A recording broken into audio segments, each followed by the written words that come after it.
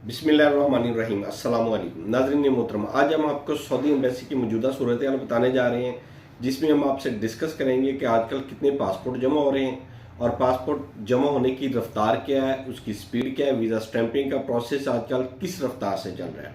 सबसे पहले डिस्कस करें तो नॉर्मल हालात चल रहे हैं। 20 पासपोर्ट का कोटा है पर ड्रॉप बॉक्स में, लेकिन किसी भी ड्रॉप बॉक्स के पास 20 पासपोर्ट भी मुकम्मल नहीं हो पाते। और अगर हम ओवरऑल देखें तो पाकिस्तान में आने वाले वीज़ों की तादाद में सबसे ज़्यादा तादाद ड्राइवर हजरात की होती है। और ड्राइवर हजरात को जो सबसे बड़ा मसला आ रहा है वो इस वक्त नेपटैक का आ रहा है। नेपटैक के वो मिसाइल हैं जो इस वक्त हल होने का नाम नहीं ले रहे और ड्राइवर हजरात नेपटैक क्लियर नहीं कर पा रहे।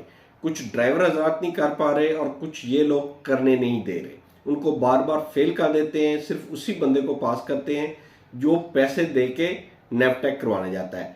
एक्स्ट्रा पैसे दे के किसी एजेंट को ढूंढ के, किसी बंदे को ढूंढ के वो जाता है उधर, उसको क्लियर किया जा रहा है। उसके अलावा कोई बंदा क्लियर नहीं हो रहा।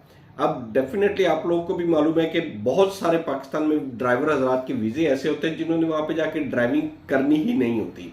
उनका बेसिक वर्क सिर्फ सऊदी अरेबिया जाके कुछ ना कुछ इधर उधर के काम करना होता है, वो ड्राइवर नहीं होते। लेकिन वीज़ा कौन सा होता है? ड्राइवर का।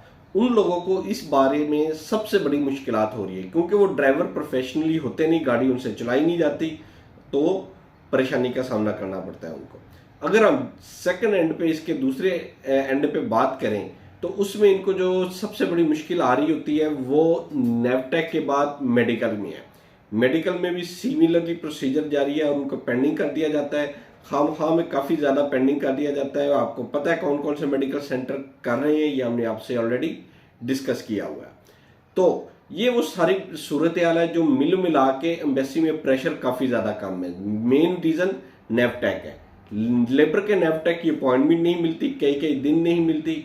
अभी खुशाइन बात यह है कि उन्होंने लेबर को काफ़ी ज़्यादा, ख़ास तौर पे अमल इंशात को बहुत ज़्यादा प्रमोट किया और उसके स्लॉट्स बढ़ाई हैं। पहले 1 से 2 डेली की स्लॉट्स होती थी, सिर्फ और सिर्फ रश की वजह से उन्होंने अमल इंशात की 3 से 4 स्लॉट्स पर डे कर दिए और बगैर किसी छुट्टी के, यानी कि हफ्ता इतवार को भी इनकी स्लॉट लग रही होती है और नेपटैक के टेस्ट हो रहे होते हैं, जिसकी वजह से डेट कुछ अर्ली मिलनी शुरू हो चुकी हैं। ये तो वो तुम्हारे तमाम मामला थे जिनकी वजह से सऊदी एम्बेसी में प्रेशर कम है। लेकिन जिस दिन इन प्रेशर से, इन चीज़ों से रिलैक्स होना है और जो बर्डन आएगा एम्बेसी के ऊपर, उस वक्त तक ईद की छुट्टियां आ चुकी होनी हैं और वीज़ा स्टैंपिंग का अमल ऑलमोस्ट रुक चुका होगा और प्रेशर बढ़ जाएगा। अगर हम मौजूदा प्रेशर की बात करें तो सऊदी एम्बेसी के काम करने की रूटीन ये है कि वो प्रॉपरली वर्क नहीं कर पाती। 20 पासपोर्ट का कोटा होने के बावजूद वो 20 पासपोर्ट भी क्लियर नहीं कर पाती। इस हिसाब से 1300-1400 पासपोर्ट रोजाना की बुनियाद पे कराची एम्बेसी में जाते हैं जो मुकम्मल नहीं लग पा रहे। यानी 1300-1400 पासपोर्ट भी रोजाना की बुनियाद पर वीज़ा स्टैंप नहीं होते। उसमें से भी कई पासपोर्ट पेंडिंग हो जाते हैं और कई दिन पेंडिंग रहते हैं। अगर हम इस्लामाबाद एम्बेसी की बात करें तो वहाँ पे नॉर्मल रूटीन वाइज वर्क जारी है।